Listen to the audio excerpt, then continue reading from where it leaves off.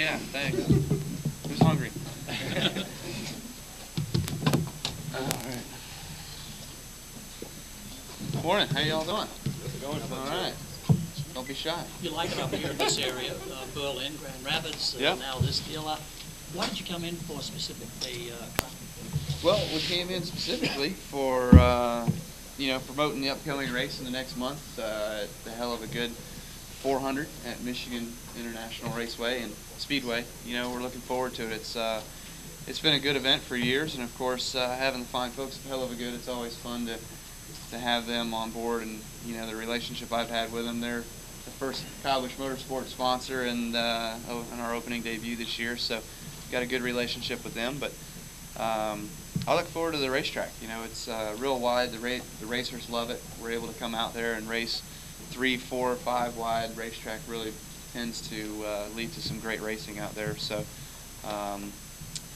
hopefully I have enough fuel in the gas tank to make it the whole way, because it seems like that's what this race boils down to, and maybe now more than ever with the spoiler too. So that'll be cool.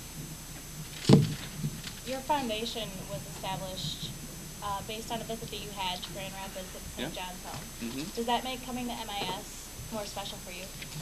I mean, coming to this area does, yeah. Especially because you know my relationship with the St. John's Home and the kids there, you know, all started, I want to say 5 years ago, and just kind of shined a different light on things and a different perspective of what happens, and never understood, you know, what that situation was until digging into it, and of course wanting to start the Kyle Busch Foundation to help those kids. So you know, the KyleBuschFoundation.org, we're always accepting donations, whether it's money, of course, but more importantly supplies, whether it's DVDs, clothes, shoes, things for the kids, you know, of course, that make them a little bit better, because sometimes they come into these deals with nothing but what's on their back. You know, that's all they have. So just something to call their a teddy bear their own, or actually our little Kelly Westies, you know, their own. It's pretty special.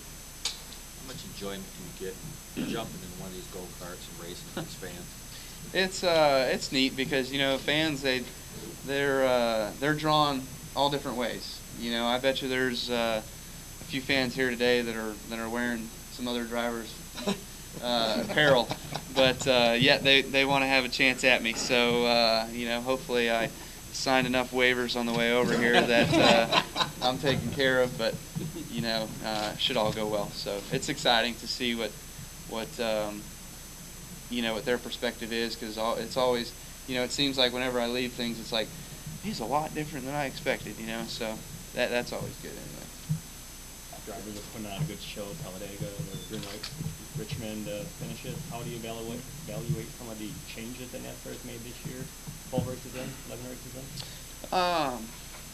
I think it's been kind of neat. You know, there's obviously been a lot of exciting finishes towards the end of these races.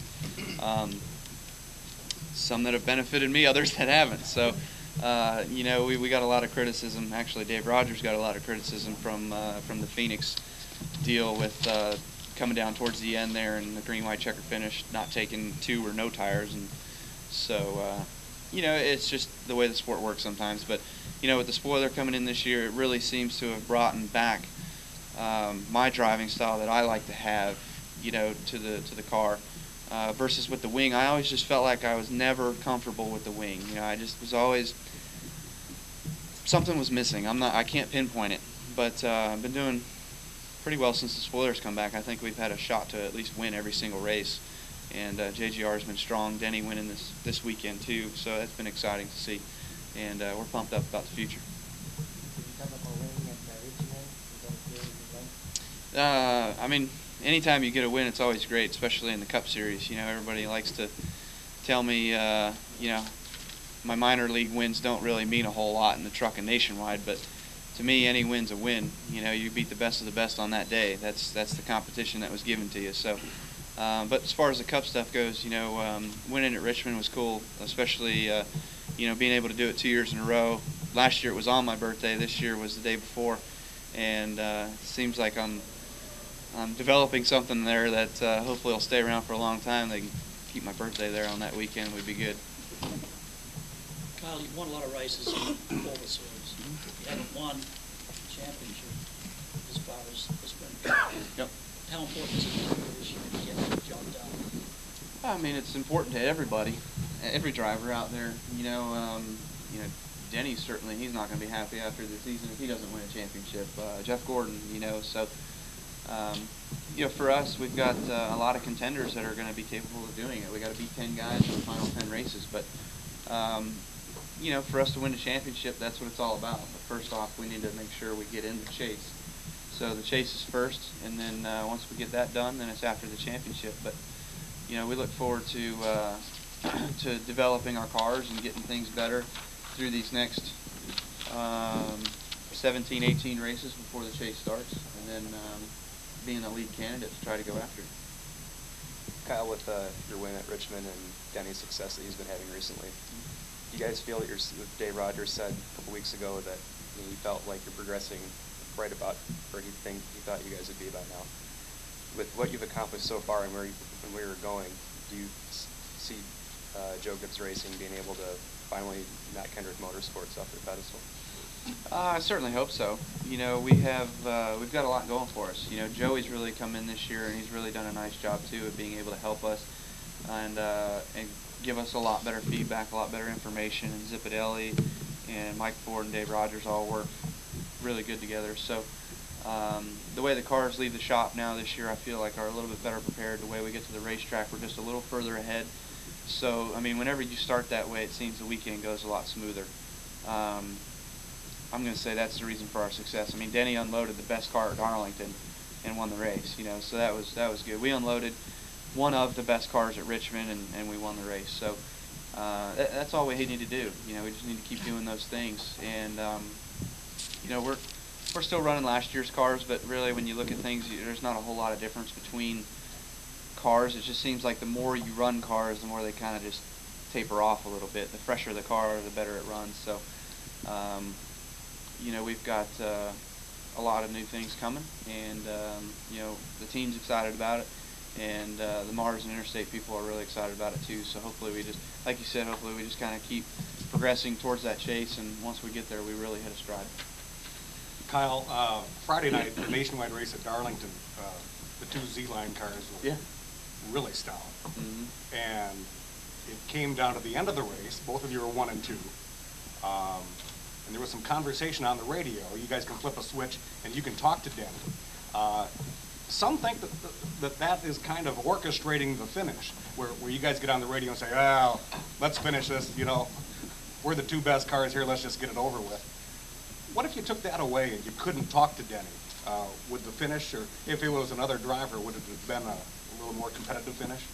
If it was another driver, it probably would have been a little bit different. But being teammates with Denny, I mean, there's no point. If I can't get by the guy clean, I can't, I can't take the chance and wrecking him. And causing something for the team. That's just dumb. So I've learned that over the years. And this year with the 48 and 24. So, it's for me, it's a nationwide race for one. For two, it's Z-Line. They were both Z-Line cars. I won the first race for the charity deal. That was a charity program that we were doing for Racing for the Kids and for Operation Helmet. I won the first one, so I figured I'd let Denny have the second one. I'm not. No, but you always seem frustrated on finishing second or finishing third.